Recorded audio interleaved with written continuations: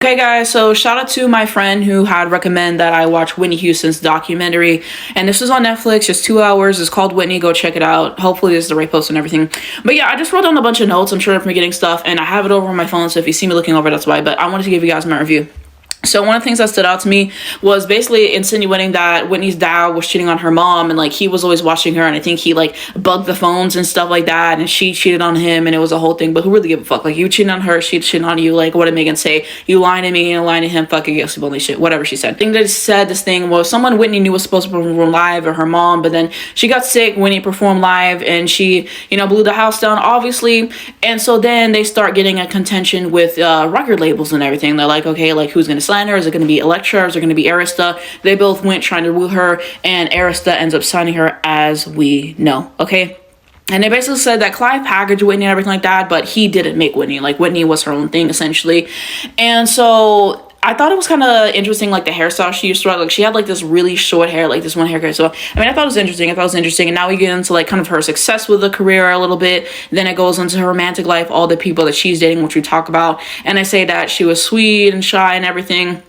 A little bit about Robin. They basically said she was nice, she was protective of Whitney, and they even said Whitney used to model and everything, and she kind of hated it. She knew that she wanted to be singing and everything. She used to be bullied in school. Like, it was a gradual rise. Like, she got frustrated because this teen pop artist was popping off on the charts earlier, and then they told her like, hey, like, it's just the fact, like, you're here to stay, basically. So they were trying to get her prepared for success. So you kind of had that.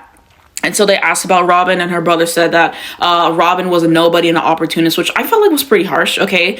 And the friend said that the relationship with Robin was kind of like safety net, something like that, and everything like that. And they basically said Whitney was bisexual, like she liked women and men. Like, that's what one of her friends says, at least. And they also said, like, in the beginning of her career, they really tried to promote the family thing. So, like, her mother and father were always, like, around, and they were divorced for years.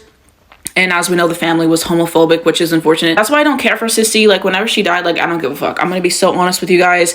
And Whitney's first manager, she said that her father was charming, but that he was an opportunist. Like, he always wanted to be in charge. Her brother Gary was in the NBA. He retired, and so he didn't want to do the singing thing. Like, he felt kind of like it was a jungle for him, but he did it, okay? And so then he admits that he was on drugs, and he said that they did drugs together. He introduced her to some stuff, and like they graduated to stuff together at 16. Like, he going to hell. Like, why would you introduce your sister to like hard drugs? Like, that's absolutely insane. And then we got some tour rehearsal footage into her actually touring it. And so I thought that was fun. I believe this was during the I'm Your Baby Tonight era.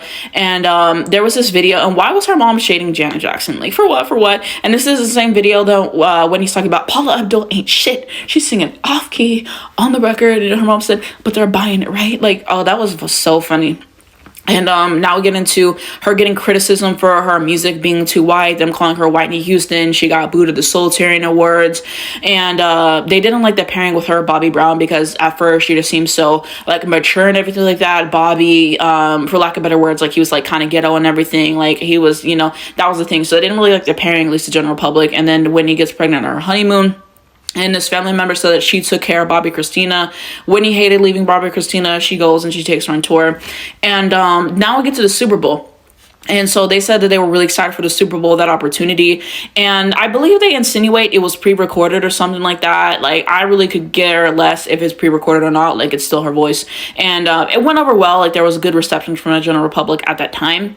So the bodyguard moment, Kevin Costner basically talks about the scene where she stops the plane and she goes and kisses him like white women do. And basically a transcendent race. And as we know, the bodyguard was a culture juggernaut with I Will Always Love You and I Have Nothing. The soundtrack was hot. It's selling a bunch of copies a week, like millions, I believe. Yeah, we know it was a smash hit. And someone was playing one of her songs so much that she got taken to court by one of her neighbors, and she had 7 days of jail, which is crazy. Saddam Hussein like had a certain version of that that was playing. And now we get to Bobby Brown being insecure. He cheated. He got arrested to hurt her. He hit her. He totaled a Porsche. He got lawsuits for sexual harassment, exposing himself to other people that he was supposed to be doing. Peed in the back of a cop car. He ugly as fuck. Fuck Bobby Brown. Kind of asked, like, did they love each other, basically. One person that she knows basically said, like, yeah, they did love each other, but it was kind of like codependent. said that she wasn't showing up to rehearsals at a point. When she did show up, like, she would struggle with her voice, and it was just not like her. They were asking Bobby questions about the drugs, and he said he didn't want to talk about it, and they were like, she kind of died from this, and he was like, no, she didn't die from that, so insinuating someone else did it. I think her brother said they took lots of drugs every day, and they did coke and all this stuff. Sissy did an intervention. She tries to put her in rehab, and her dad told her that she didn't have to go to rehab, and that's just very greedy. Like, you see a chance for your daughter to get better, and you don't take it because, oh, we don't want to fuck up the money. Like, I feel like that's very greedy. So I'm not big on that and everything. Bobby and Robin had beef, and she basically said, like, it's between me or him. She chose Bobby, and so they didn't talk for years, and there's a whole thing about her and Robin's, like, romantic relationship and all that stuff, and that's, like, kind of insinuated in here. I feel like they don't really get into it a whole lot, but it's insinuated that happened. At least that's what I took from it. This is Bobby.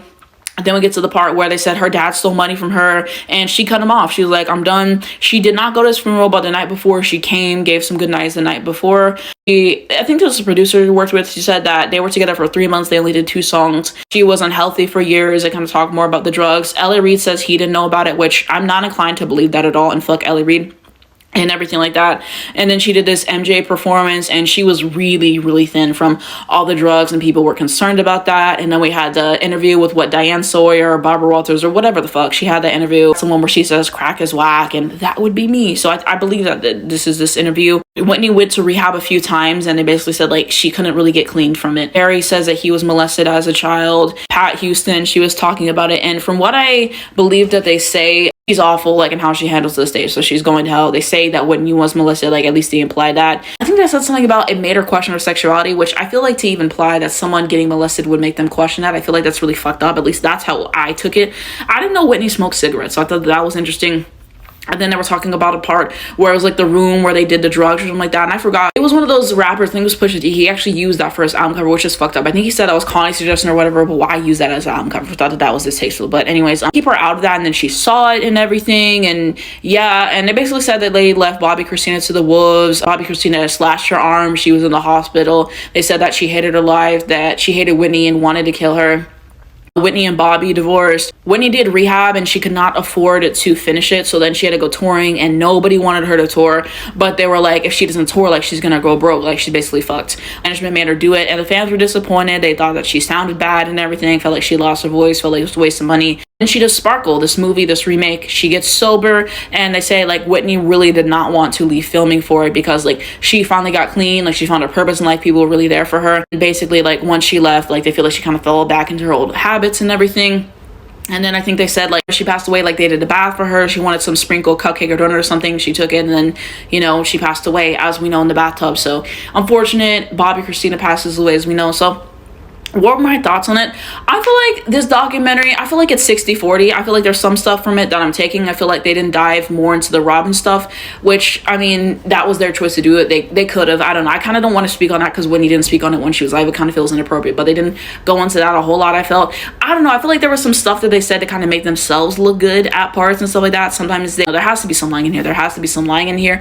It was interesting. I don't know. I feel like I learned some stuff in here that I didn't know kind of about, you know, before she got to fame, where she is. And it's unfortunate what happened at the end of her life, at this part where, like, all the jokes and making fun of her and all this stuff. And it's true, like, once you pass away, like, everyone pretends like they always were here for you, they always cared about you, and that could not be from the truth, like, towards her life. So I think it was unfortunate in that regard. I will definitely have to say that it was interesting to learn some things. I think some people lied. I think a lot of people in her family are opportunists, and the way that they fucked her over and her health over, yeah, fuck them. Appreciate Whitney and her career, so it was interesting to get to learn more. I like Whitney. I'm a fan of her music, and so yeah, I mean, it was a decent watch. Those who've watched it, let me know what you think down below in the comments, but this is just my little review. Again, shout out to my friend TJ for getting me this, and also this necklace as well, and see how cool it is. It actually opens up and everything, so I thought it was cool. But yeah, let me know what you guys think down below in the comments, and let's continue that conversation.